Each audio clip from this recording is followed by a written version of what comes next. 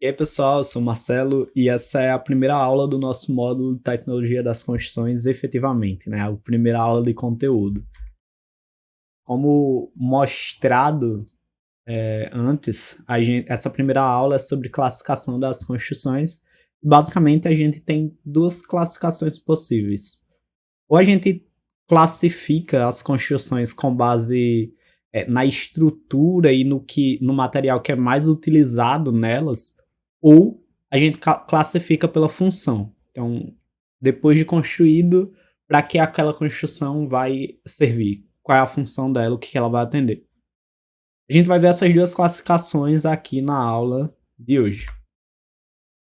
Tá, já partindo para a classificação em relação à estrutura ou base da construção, a gente tem alguns tipos diferentes. A primeira delas são as obras em alvenaria. São obras clássicas, que todo mundo convive com isso. Então, elas podem servir para edificações de pequeno porte, pontes, apesar de não ser o mais tradicional hoje em dia, túneis, muros de arrimo, barragens, canais, enfim. As obras em alvenaria elas têm algumas características. A principal dela é que, como é alvenaria, são utilizados os blocos, né? Os blocos de alvenaria, tijolinho por tijolinho. Independente de que seja esse tijolo, de que material ele seja feito. Dá uma característica bem artesanal à coisa e menos industrial às obras de alvenaria. Por consequência, a gente tem uma predominância da mão de obra, ou seja, uma mão de obra bem protagonista nesse tipo de obra, né? É bem parecido com manufatura, ou seja, tem que ter alguém lá colocando os tijolinhos por tijolinho e traz um caráter mais lento à coisa. Então, as estruturas, as obras de alvenaria, elas são mais artesanais. Elas têm uma estabilidade estrutural bem boa, porque na maioria dessas obras, a estrutura ela pode ser autoportante, né? Não necessitando de uma estrutura de concreto. É óbvio que isso não se aplica a tudo, mas em alguns sistemas construtivos, isso é um atrativo do uso de mão de obra de alvenaria. Como, por exemplo, alvenaria estrutural, alvenaria em tijolo ecológico, alvenaria até em gesso, porque traz justamente esse caráter autoportante à sua construção. O isolamento térmico e acústico das obras são muito boas, são muito versáteis, como a gente viu anteriormente, pode ter vários tipos de obra em alvenaria, e são, em geral duráveis. A figura que eu trouxe para ilustrar a obra em alvenaria é a muralha da China, né? Então, dá para perceber que é realmente algo que perdura com o tempo. Obras em madeiras, a gente também tem uma versatilidade bem grande até. A gente pode construir casas em madeiras, coberturas, principalmente coberturas aqui no Brasil, estruturas, né? Estruturas de telhados, enfim. Mas pode ser estrutura da casa, tá? Da edificação como um todo. E até pontos de pequeno porte. Então, são obras também bem versáteis. Como características principais, a gente tem a leveza e facilidade de manipulação. A madeira traz como característica ser essa estrutura bastante leve.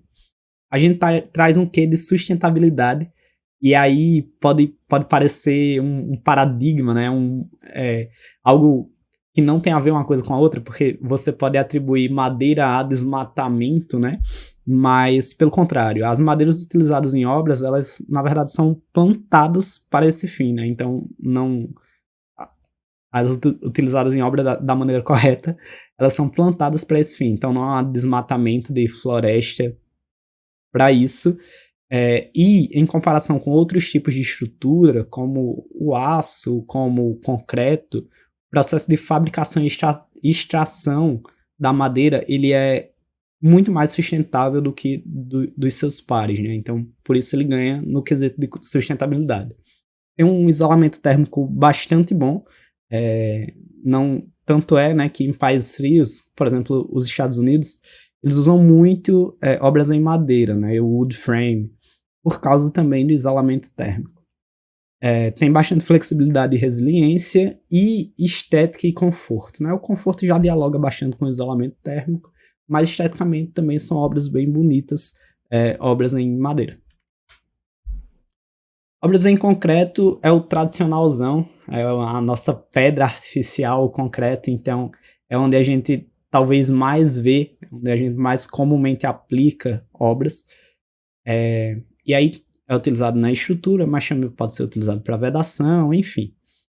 Então a gente tem pontes, estruturas de edifícios, pavimentos e uma infinidade de coisas, porque afinal de contas a gente consegue moldar o concreto, né, a estrutura, mais ou menos da forma que a gente gostaria que fosse, né, respeitando algumas normas, mas a gente consegue moldar bem e trabalhar bem com o concreto. Quais são as características então? Bom, o concreto tem alta resistência, uma durabilidade absurda, como eu havia falado, uma versatilidade de formas muito grande, porque de fato a gente consegue moldar ele como a gente queira que ele fique, né? Ele é utilizado para reforço e ele tem baixa manutenção, tá? Então é uma estrutura que não exige uma manutenção tão grande. Geralmente em obras de concreto você vai dar manutenção em todos os outros sistemas da casa da obra e por último no concreto. Então vai dar defeito, vai dar algo que exija manutenção em tudo antes de precisar ir para o concreto. Obras metálicas, a gente pode ter pontes, estruturas de edifícios, são utilizadas principalmente para vencer grandes vãos, a gente tem muito galpão feito de estrutura metálica, tanto galpão logístico, né, quanto aqueles galpões que são utilizados para os grandes marketplaces, né, para os grandes supermercados, para os grandes shoppings. Então, são feitas de estrutura, são obras metálicas, né? A estrutura em geral, feita de aço. E aí, por que isso, né? Justamente pelas características de obras feitas com aço. Eles têm alta resistência e capacidade de carga, e aqui vem o principal, né? O que faz as obras de aço ganharem esse tipo de obra. É a rapidez na construção. Se a gente está falando sobre um hospital, sobre um grande shopping, sobre uma grande loja de varejo, o quão mais rápido ele estiver apto a funcionar, melhor para o cliente final, porque ele vai começar a faturar, e a gente está falando de um faturamento de milhares de reais. Então, por mais que o aço seja um material mais caro, ele ganha na rapidez. Então, é mais caro, mas 6 meses mais rápido. Então, esses 6 meses de faturamento compensam o quão caro vai ser o aço. Por isso que, para determinados tipos de obra, para algumas funções, não tem nem o que pensar, é aço, por causa da rapidez. É a característica que maior ganha pedido, né? Que maior ganha concorrência dessas obras. Eles têm uma boa flexibilidade também, uma ótima resistência à corrosão e redução do peso estrutural. Porque o material, o aço, né, ele tem um peso específico menor. Então, a tua estrutura ela vai ficar menos pesada. Resistência à corrosão é uma característica que talvez, assim como a sustentabilidade na madeira, nos assuste, né? Eita, será? O aço... Em geral, a gente vê aço corroído, né, enferrujado, enfim. Mas se utilizados os procedimentos corretamente, a gente consegue essa boa resistência à corrosão. Então, aços galvanizados, enfim, são bastante resistentes à corrosão. Por fim, a gente tem obras mistas. Aqui tem uma casa e, na realidade, a grande maioria das obras, elas serão mistas, né? A gente tem uma casa que utiliza aí estruturas de madeira, utiliza os blocos ali de alvenaria, utiliza estrutura de concreto.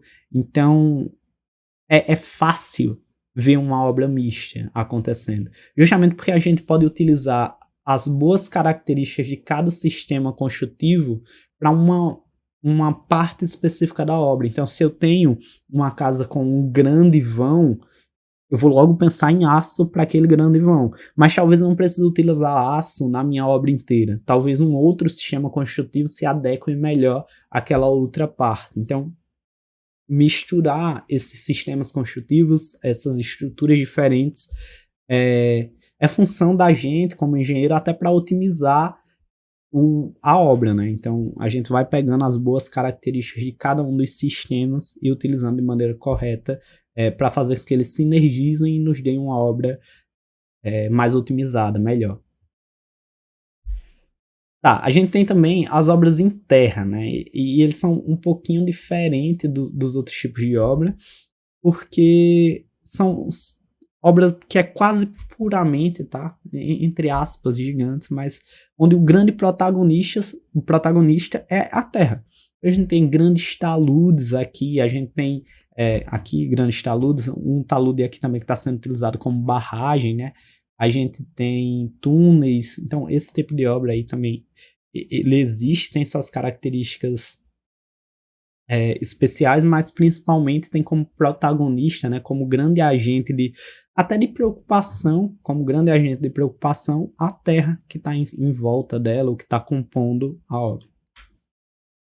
Já a classificação por função, como dito no começo da aula, a gente vai classificar pela função final da obra. Então, é uma obra residencial, é uma obra comercial, ela é mista, ela vai ser residencial e comercial, ela é uma obra industrial, para que está sendo utilizada aquela obra? Então, a gente classifica dessa forma por função também.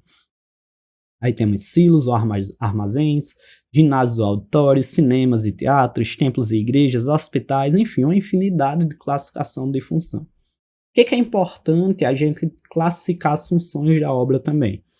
É porque, como dito, já passado por cima durante a aula, a função vai nos guiar no desenvolvimento do projeto, tanto na fase de concepção do projeto, ali no escopo, enfim, que a gente até vai falar sobre, mas também na execução. Então, para que aquela obra vai servir? Isso nos diz quais atitudes, quais escolhas eu devo tomar na fundação, na execução, no planejamento da estrutura, no sistema construtivo. Eu vou utilizar aço ou eu vou utilizar concreto tradicional? E como eu falei, poxa, o concreto tradicional vai ser, sei lá, 200 mil mais barato, mas eu vou entregar a obra 6 meses mais tarde. Poxa, mas se for um supermercado, esses 200 mil, ele vai faturar muito mais nesses 6 meses. Então é importante que eu ganhe os 6 meses, que eu gaste mais, mas ganhe esses 6 meses de funcionamento para o grande supermercado. Então a função, ele dita o que a gente vai fazer da obra. Qual é a obra que a gente vai fazer? Exatamente aí, nessa classificação, que a gente toma decisões importantíssimas, né, no desenvolvimento do projeto. Bom, eu paro por aqui a aula 1, então se esse conteúdo foi interessante para você, né, considere deixar o like, se inscrever no canal, enfim, até as próximas aulas, onde a gente continua falando um pouco sobre planejamento, sobre escopo, né, definição de escopo, definição do projeto, quais cuidados tomar nessas outras etapas. Então até uma próxima, tchau, tchau.